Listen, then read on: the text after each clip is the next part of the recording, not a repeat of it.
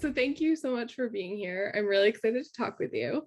And the first question that I have for you is just kind of a basic introduction. So if you can tell us a little bit about yourself, how long you've been working in animal welfare or engaging with animal welfare, and what you did before this. Yeah, sure. Thank you for inviting me. I really appreciate it. I'm excited to talk to you today. My name is Dana Tharp. I'm the creator of Sploot Marketing, and previous to creating and developing Sploot, I worked in the financial industry. I focused a lot in operations management, strategic planning, and business development.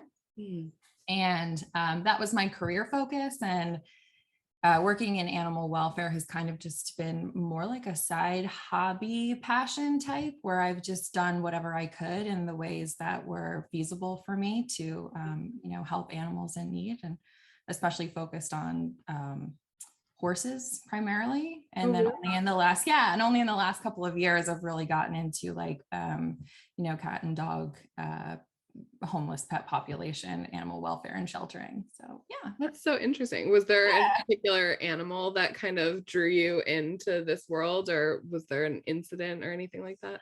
Well, I think that I had always just worked with horses like when I was younger, and I grew up around horses. So that world just came like very naturally to me. It was just kind of something I was put into. And then once you start becoming like an adult and your parents aren't paying your bills anymore, and you realize that like horse ownership is exceedingly, like exceptionally, it's just so expensive and sort of unrealistic, I realized like I can't focus on a career and at the same time spend all of the money that I have like on trying to save horses. So, but I wanted to continue to help. So I started volunteering just at a local rescue. And then I was like, wow, this is a whole nother world of, rescuing animals that I really wasn't educated in. And, but obviously the passion was still there. The alignment was still there. And then you become aware of like the need, to be involved in that, in that area. And it gave me a nice segue to like still be able to be involved with saving animals, but just sort of shifting the species a little bit. Yeah. I love that. That's so interesting. Thanks. So tell us a little bit about Sploot, and what inspired you to kind of get that going and help in that way. So Sploot is a click and post planning solution for animal welfare organizations, and it offers digital marketing content and strategies in a clickable checklist outline. And every month it provides like a full-blown strategic plan for these organizations so that their teams don't have to worry about putting any of that together. I do all of the thinking and all of the legwork for them. And what inspired me to create Sploot was in 2018, I and a couple of other really awesome women decided to start our own animal rescue. And I was kind of dubbed the like operations strategic planning person, just because naturally that has been my, career line of work. And I'm thinking, of course, like these are businesses. And so there's going to be some type of resource that's available that's going to show me like what a strategic plan should look like, the things that I should be focusing on in terms of like making sure I'm targeting like, a successful outcome. There's going to be some type of like budgetary example of what like an organization looks like, from income and expenses, ways to, partner with transfer shelters. Just, I really just expected there to be, there's so many animal welfare organizational businesses that I thought clearly there's going to be a resource for this somewhere that shows like how to do business development for animal welfare, not for profits. Right. And there's not. So, so as I was, developing the animal rescue, I just kind of really kept really good notes on what we were doing and what we struggled with and what worked and what didn't, and kind of drafted out a solution platform for other organizations. And last year really decided with COVID that like, okay, I need to get this out there because it's really needed and necessary right now. So so now here we are. That's amazing. I love that some of the best tools grow out of problems or not being able to find the solution immediately at our fingertips. And I think when you say it, it sounds so natural of like, yeah, we should have that. Like, Right. why doesn't that exist? Yeah. And I think like it blows my mind a little bit. And yes, I come from a very different world. I come from a very like sales focused, goal focused, they call it like finger on the pulse, goal setting, where it's like you always know where you are and what you have to do and where you need to go. Yeah. And I understand that from like a commission based, industry. But when you think about animal rescue, it's just such a passion based industry. Yeah. But that doesn't mean it's not a business. And even if it's a not for profit, it still is like it has to function in the ways that at least make it sound financially and physically and emotionally and mentally. So it just kind of, one thing I'm really learning about the animal welfare industry is how it's just the only industry I've ever seen that does not require or demand like business planning. It just doesn't. It does because that's why a lot of them are struggling, because they don't have those, but it just doesn't put it in the forefront of like, this is a critical function of animal welfare. The perception of being involved in animal welfare is like, you just got to really love animals and everything works out, and it's just not true, Right. And I like I think a lot of what you're saying is if we engage with efficiency and effectiveness measures, then it does ultimately lead to more life-saving, because we're going in with a plan. And I think that's really an important point. Thanks.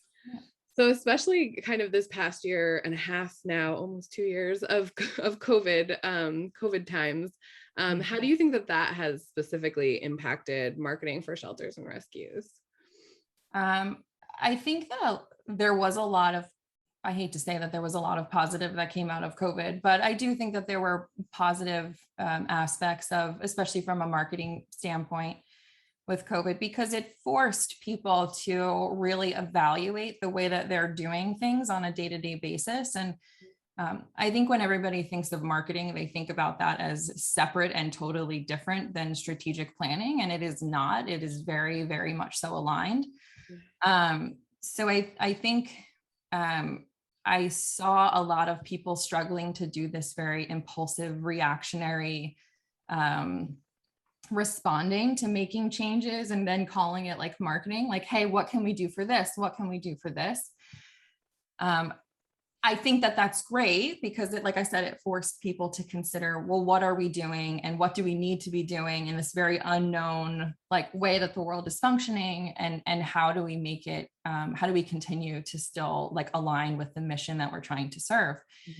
I think that the organizations that came from a place of foundational planning were able to sort of survive that. And they were able to sit down. They understood how to evaluate the current situation and stay fluid in a constant state of evaluation and analysis, and then adjust accordingly and, utilize different resources that maybe they weren't utilizing before, but like seeking them out. I think they were very comfortable with changing narratives or like just really, like I said, just blowing out of the water, like everything that they were doing and restart.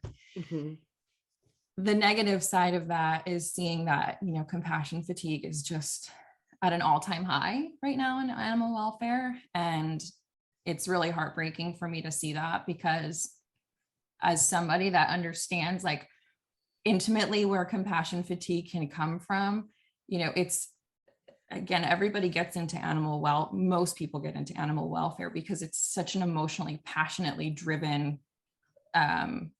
it's just so passionately driven to become a part of it. But so you have the why of like why I'm involved, but you don't have the how. Like, okay, so well, what is it that, what are you passionate about? Oh, I'm passionate about saving animals. Okay, but how do you do that? Right. Very few people have that like secondary, that secondary answer. And, the compassion fatigue at this point is like people's passion is running out. They want to save lives, but it's not happening, or it's not happening in a way that they understand or that they're used to. And their mind just like literally can't process what the future looks like because it seems very dark. And, that just makes us like for a sense of hopelessness, knowing that you want to do something so badly, but you have no comprehension of how to make that even happen. Right. And yeah, as somebody that really like in my prime, developmental years, just struggled with anxiety and depression and ADHD, there was a point in time where I just felt so hopeless because I was like, I want to be a good person. I want to get up and want to shower. I want to get up and, thrive and be successful, but like, I just can't get it together. And I don't know how to do that. I didn't have the resources like within myself to do that. Mm-hmm. I figured I have to come up with some type of healthy coping mechanism. And the way that I did that was like Post-its, and Post-its turned into spreadsheets, and spreadsheets turned into planners, and planners turned into like now literally my whole entire world from like the time you get up until the time I go to bed is just very planned out. Yeah. And I realized that, goal setting and planning and knowing where you are and knowing where you want to go and knowing that there's realistic expectations and realistic feasible steps to get there, simplifying it just gives you back that sense of control, and it gives you back that sense of hope and your optimism. And you feel like, okay, I might not be able to like save every animal, but I can do this today. And that's going to trickle over to be very impactful. And it gives you back your purpose again. It gives you back like your sense of hope and fulfillment. Yeah. So I think in terms of like the way that things are going to go in the future for animal rescue organizations, the organizations that are comfortable with planning and comfortable analyzing and revisiting things and trying to set goals, but being open to changing those goals if they realize they are realistic or not, those organizations are going to continue to thrive, and they're going to continue to be very successful, and they're going to continue to implement changes that this industry really needs, like to be very progressive and to keep up with the way that the world keeps changing. But I am a little concerned. I'm a lot concerned for, the organizations that just are in that hopeless feeling. They don't feel like they know how to get to that next level. They don't know where they're going because they've never sat down and really thought about it. All they've thought about was just saving animals, and it just was happening. Yeah. So I really think that there needs to be a shift for a lot of these other organizations to realize, like, literally just thinking about a simple plan, and really a simplified plan, just to get through the next month and take that month, 1 month at a time, like will absolutely change your whole narrative. It will change your whole perspective on like being involved in the animal industry. It can rejuvenate your whole entire team and make everybody again just feel like hopeful. And I think that there's a really big opportunity for a lot of organizations to understand that, like, look, all you got to do is start a little planning. Like, I know this whole like thing feels very hopeless and like very overwhelming, and there's not a lot of resources for it. And yes, we need them, but like there are stuff and things that you can do. So we're going to focus on that. Yeah. And I think so again, like I said, there is a negative and a positive, but even the negative end of it is very opportunistic. Like, okay, we know what's wrong. You don't have a plan. You don't know what you're doing. So it's simple. Let's just like make sure you know what you're doing and what you can do, and then let's get you there, and then you'll be okay, and everybody will feel better about it. So yeah. And I think that a lot of what you said really resonates with this moment.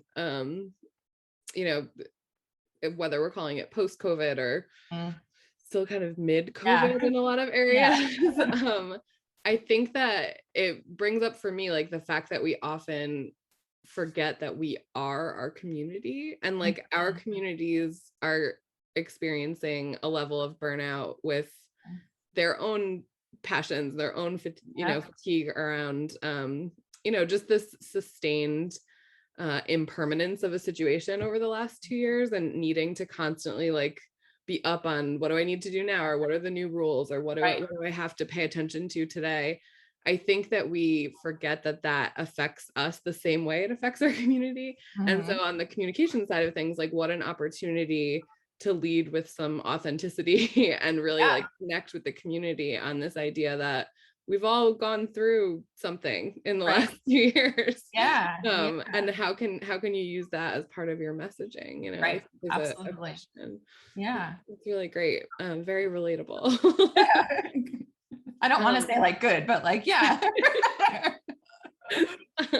So can you talk about your thoughts around marketing strategy? Because that I definitely like plan and strategy is what I'm hearing a lot of from you. Yeah. And why that's important to start with that strong foundation.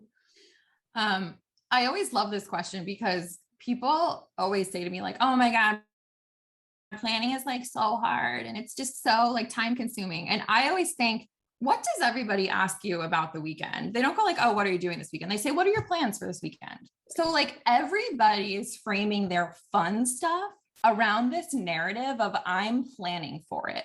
Yeah. Okay. So I'm sitting here thinking like, in your life, the biggest things that you've done, the most exciting things that you have done, going to college, getting married. I mean, these are just the things that top off my head, like going to college, getting married, like, running a marathon, like changing your dietary needs, like, or even like focusing on mental health, like everything that you're doing, you plan for it. It just doesn't like happen and fall into your lap. You work for it. But those are good things and they're always very positive. Yeah, they take effort, but it's always, like I said, it's always framed around this very positive, opportunistic narrative. But when we think about business planning, or we think about like marketing planning, we're like, oh my God, like there's just such this avoidant, like, it's just such a topic. It's just, it's an avoidant topic. Yeah. And it just seems so much more work to put effort into than you can even possibly imagine it being rewarding. We're like, no, we're fine. We'll just like figure it out as we go. So I think people in general, like especially in animal welfare, need to start reframing their narrative around planning and understanding that like planning is not negative. Yes, there's work involved, there's thought involved, there's a lot of self-awareness involved, there's a lot of really looking at things and being able to say like, okay, this thing that I did, that I created, that I put my heart and soul into might not be working anymore.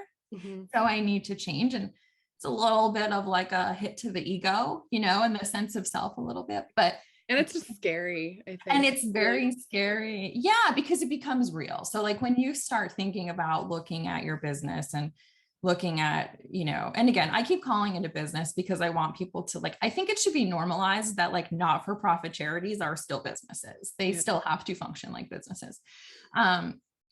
But I think when people just keep thinking about like their business potentially failing, I feel like they assume that once they map it out, they'll see that like the course is going to continue downward and ultimately there's going to be some demise. But that's not what it is at all. It's just owning up to where you are now, figuring out where you want to be, and then like mapping out the steps that can realistically and feasibly get you there. It's very, very opportunistic. It's very, very positive. It's very, very, it's comforting, it's very comforting. And it also allows for a lot of communication and a lot of truthfulness. And like I said, like just a lot of awareness. So I'm sure you were, again, I always go back to like, you probably wanted like a technical answer to that question, but I think a lot of the importance of strategic planning and foundational planning is recognizing that it's very positive. It's so opportunistic and there is nothing detrimental at all to planning. The only thing it can do for you is help you achieve your goals. Yeah. So it doesn't have to be this huge, huge, huge thing. Like, a lot of people think like the 5-year plan, like, what are you going to do that's going to get you? No, think about like the 1 week plan. Think about the tomorrow plan. Think about the 1 month plan, and really, really put your passion into that one little thing that eventually all of these little things are going to surmount to this huge impact that you had in restructuring your entire organization. So I think that. Yeah, it's just critical. And I'm like, it's so positive and it makes you feel good. Like, it's like cleaning your room. You clean your room, it's done. It was like so painful to do it, but then it's done. You're like, you feel so much better now. Yeah, exactly. And so for organizations who are hearing you say that, but are still like part of the issue that maybe I have around the idea of a plan is not knowing where to start, or just this idea that I feel like I don't have the 2 minutes to rub together to make that plan. So what is the place that you tell them to start? Is it with that 1 week plan? Is it just getting in the mindset? How do you tell people to just get started? I love to use this exercise, and I do also provide like marketing coaching, like strategic planning coaching. And one of the exercises that I love to do, because it's so, I don't think people even realize how simple it is. And I love doing it also because like I love watching people as they're going through this exercise, and they start out like this, and by the end they're like, like they're sitting up straight, they're smiling, they're happy, because it happens so quickly. Mm-hmm. But it's just a growth focus satisfaction exercise. So the simplest thing that I can say to people is put like a little chart together, and I actually have one. I could probably like give it to you, but you just put a little chart together, and on the bottom you write down like all of the facets and functions of your organization. So for animal welfare, it would be like volunteers, fosters, leadership participation, online donations, stewardship, like all of the things that are relevant and applicable to your rescue and your shelter.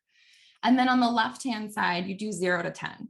Mm-hmm. 0 being you are the least satisfied with this function of your organization, and 10 being you are the most satisfied with it. And you literally go through each one. So for volunteering, how satisfied are you with this part of your organization? 0 to 10, 2.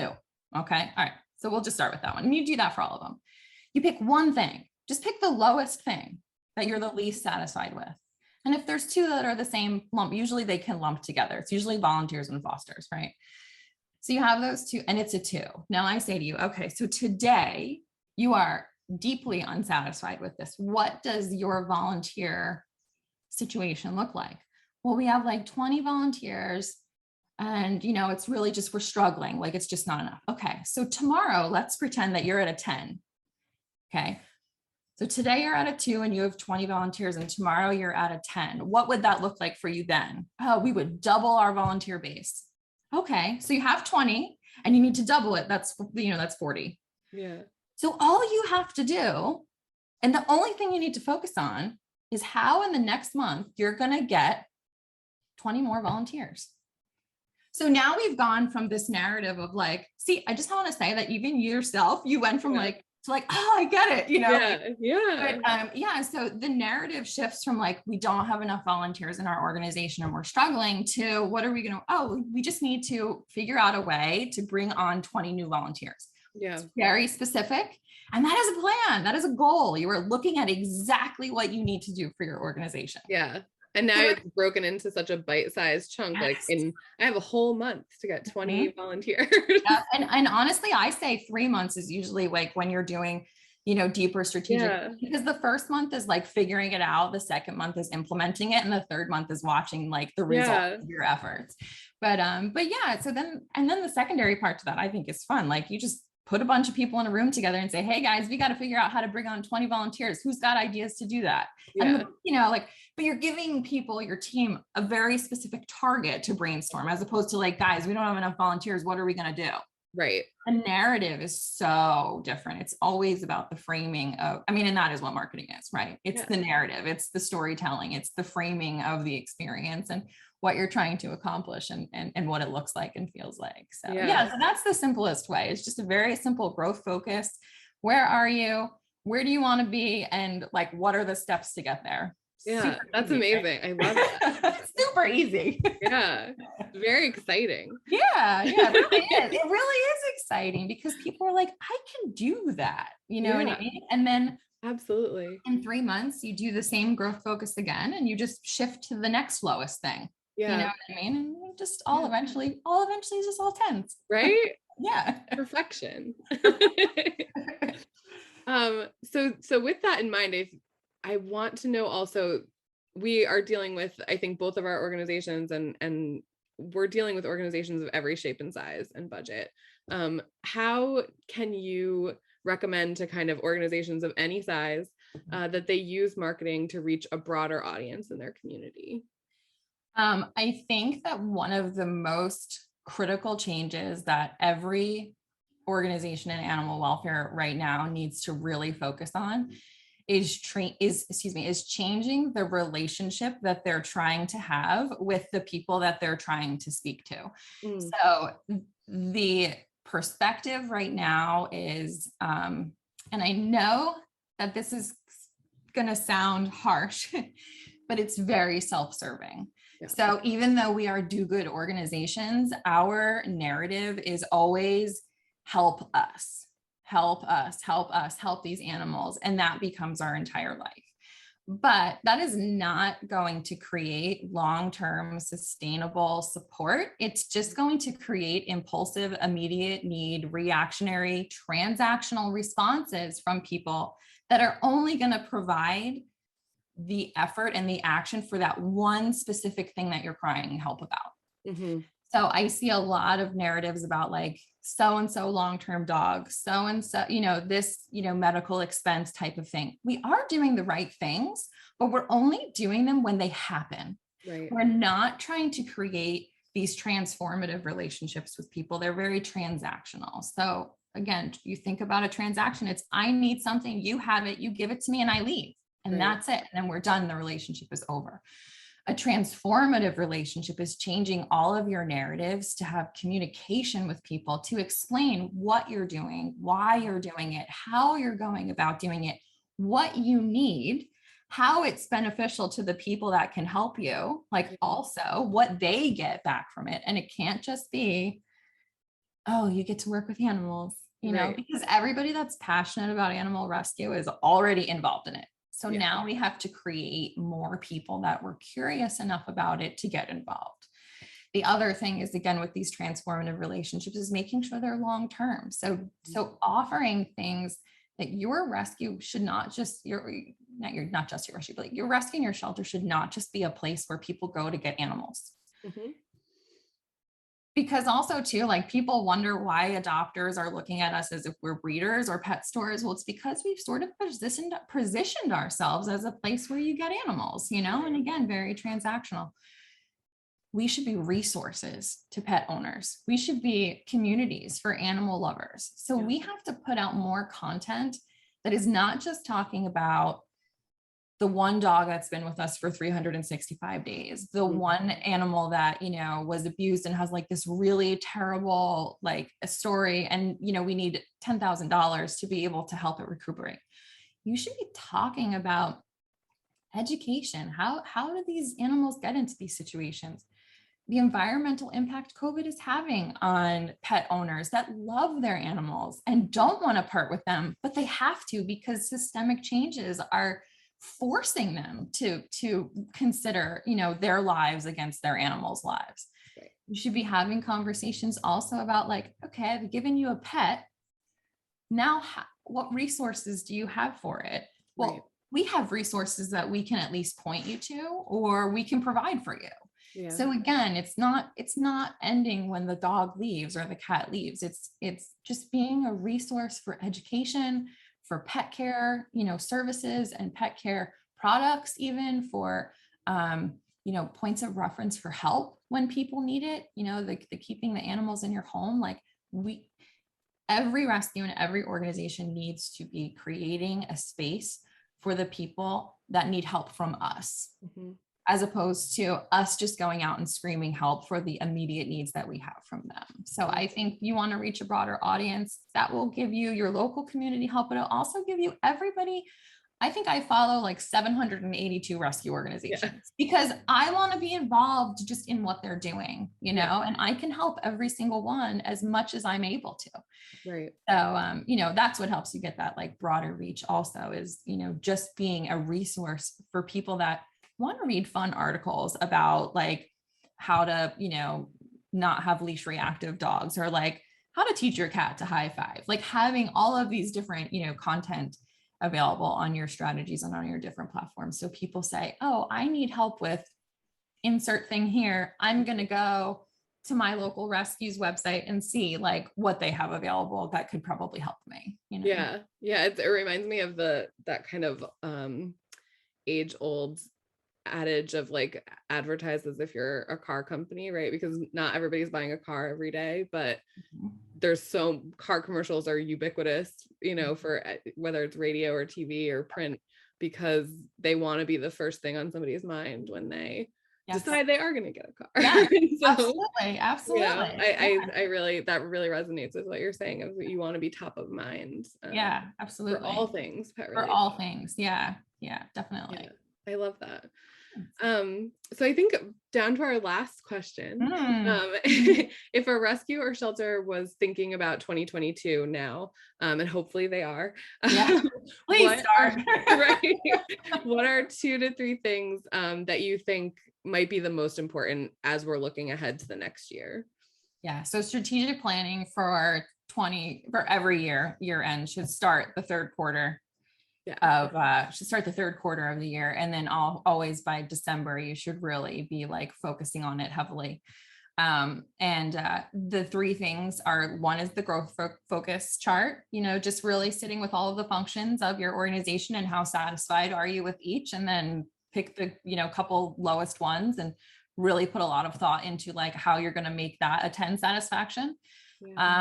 The second thing is an anonymous feedback survey from your team. So you have to put, and I say anonymous, like heavy emphasis on anonymous, because it's really important that your team, your staff, your volunteers, your fosters, your transport, you know, partnerships, anybody that's interacting with your organization, they need to be able to give you very raw, candid feedback as to what is working, what is not working, what makes them want to continue to be in a relationship with you, and then also like what keeps them from being more involved. So they might be involved, but like, why aren't you more involved? You know, like what could we do that would make you feel incentivized to come in and help more and contribute more?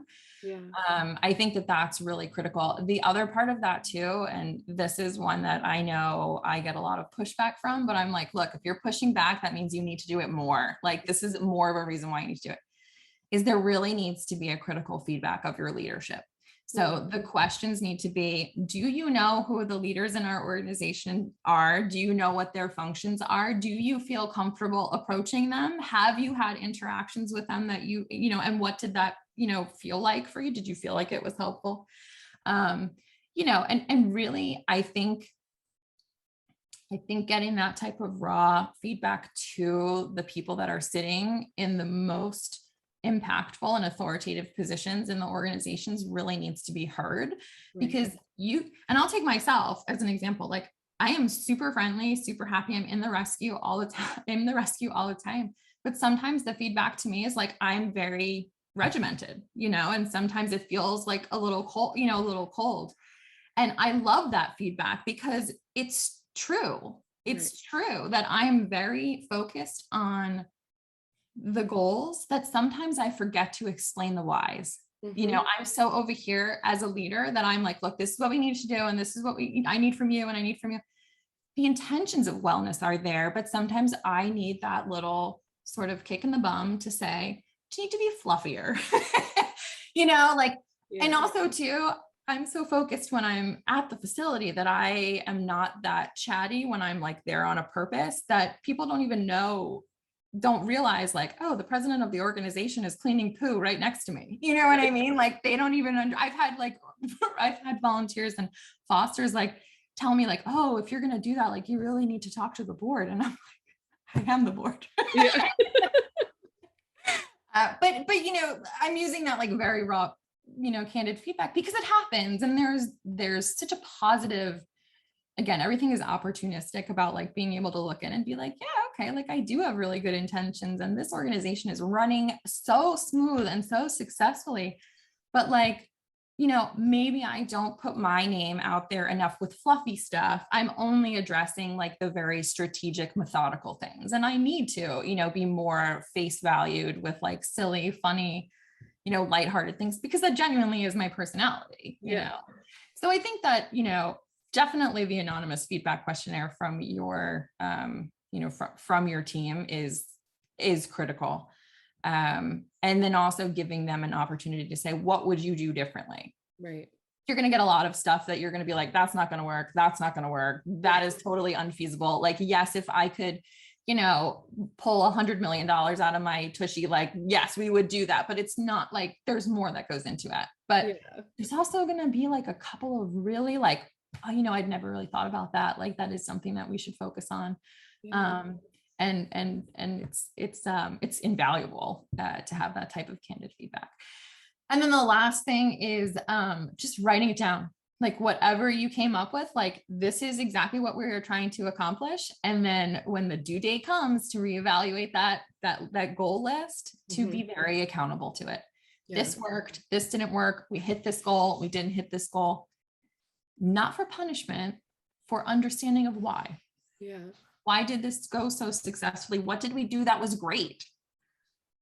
What did we do that was not so great? Was it that, you know, it didn't work, or it really wasn't a viable solution to what we were trying to target? Or did we run out of money? Or, you know, did we just not actually try? Right. You know, like, so really understanding like what worked, what didn't, and the why of things. Yeah, so that's a growth focus, anonymous survey feedback, and then writing it all down. That's wonderful. Yeah. Nice. Yeah. I really appreciate that. Problem. And thank you for taking the time to talk about this. I think it's a really important topic, and I think it's timely because we are in the third quarter or the fourth quarter now. I wish we were in the third quarter. Yeah. Did I say third quarter? I meant the end of the third quarter, but yeah. Sorry.